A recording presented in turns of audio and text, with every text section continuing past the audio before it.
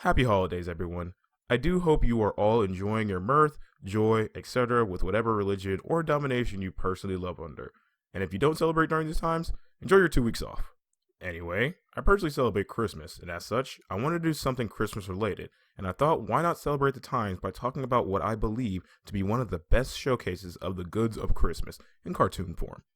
Comfort and Joy, or better known as the Christmas episode of the Justice League animated series.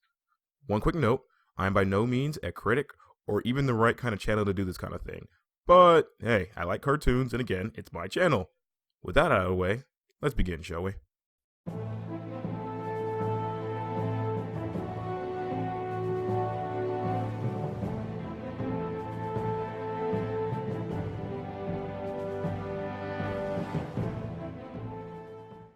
The episode starts with our heroes on an alien planet set on a crash course with another, with the League using their various abilities to set up some kind of gravitational device that will stop it.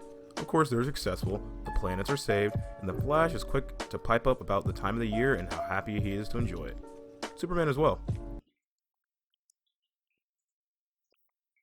Green Lantern, looking forlorn into the distance, is reminded of something and heads off on his own, with Hawkgirl choosing to stay with him. Martian Manhunter, having no particular attachment to the holidays, is indifferent with it all, planning to spend the time in the Watchtower for the year, with Superman having absolutely none of it. And finally, Flash, being the most kind-hearted of the League, chooses to spend his time visiting an orphanage, giving some joys to the kids on those most hallowed of times, ultimately splitting the episode into 3 different subplots. Green Lantern and Hawkgirl's story revolves around Green Lantern remembering simpler times at first, regaling of his memories from childhood when it came to the snow and family.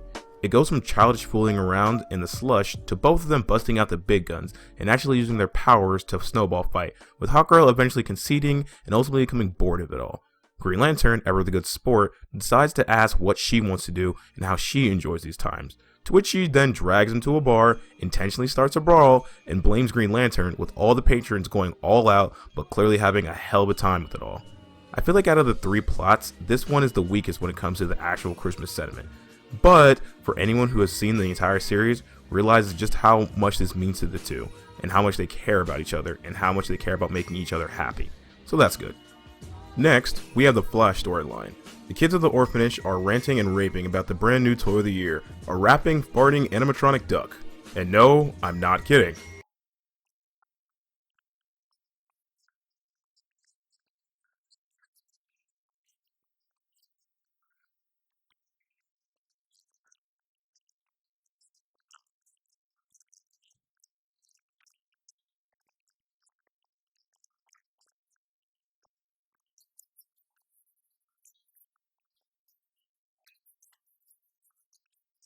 Flash, being ever unprepared, runs to all the local toy stores, but because it is Christmas time and it's clearly the toy that everyone wants, he can't find a single one. Luckily, Flash being, well, the Flash, he is able to run to the toy developer all the way in Japan to get one for free, which is fair. Save the world 1,000,001 times, a toy duck is the least that people can do, right? On his way back, however, he happens upon Ultra Human Knight, destroying a modern art museum due to his hatred of the subject, being a hyper-evolved being or whatever.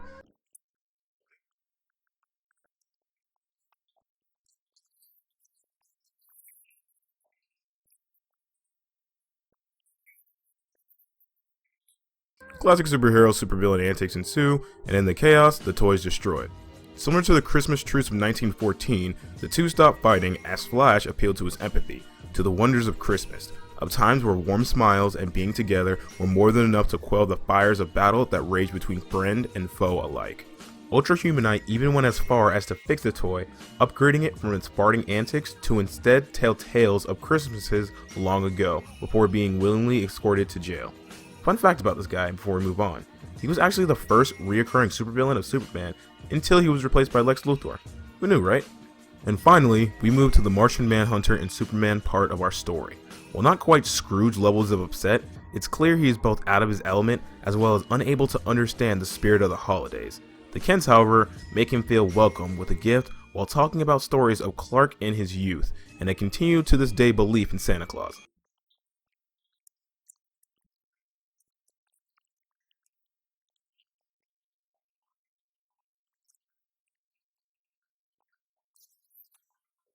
Another fun fact, he is canon in this universe. Still confused, however, he decides to carry on this Scrooge allegory by traveling about to take in the wonders and goods of Christmas, even taking a moment to pause and listen in on a girl's calling for the arrival of Santa, only for him to all too happily play the part. Each of these subplots all tie into one another in their own way, representing the best of humanity and goodwill between each other. Even with the patrons in an all-out brawl, you can see the one who spent the night bashing Green Lantern huddled in together with Hot Girl and him. She then planting an all too appreciative kiss for all their good times together. The Flash, after humbling Ultra Humanite, visits him in his cell to give him a modest gift, to which he accepts begrudgingly at first, before clearly showing signs of joy for it. Martian Manhunter, after taking in the beauty of the holidays, is up early, serenading the Kents with an aria, the trio feeling blessed with the gift given, even if he doesn't know it. And that is what Christmas is truly about, what the holidays are about.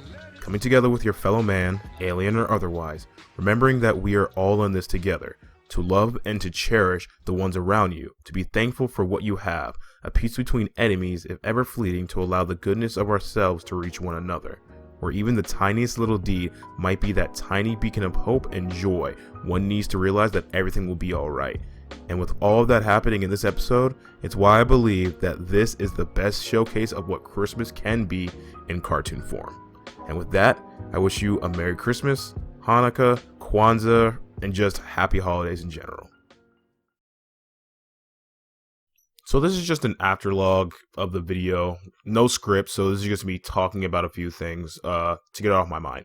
So first off, this is probably be my last major video of 2019, with only 6 days left in the year, so that's nice. Again, I want to say everyone have happy holidays, Christmas, Kwanzaa, Hanukkah, whatever religion you celebrate under. Just enjoy it, and if you don't, and even though I said this at the start of the video, enjoy your 2 weeks off if not. I want to thank everyone who has supported me up to this time, and let's just go into 2020 with the same kind of enjoyable mindset. Oh, and if you do want to watch this show in its entirety, which I very much suggest you do, it's an amazing show. It's probably one of my favorite shows of all time, at least in the top 5 easily. You can all go watch it on what's it called? The DC streaming service. I suggest trying to binge watch it all in a month after using a free trial, which they have. All these streaming services have a free trial. But yeah, binge watch it because it is absolutely excellent. And it just goes to show that cartoons just aren't for kids. It's for everybody as long as the cartoon's good.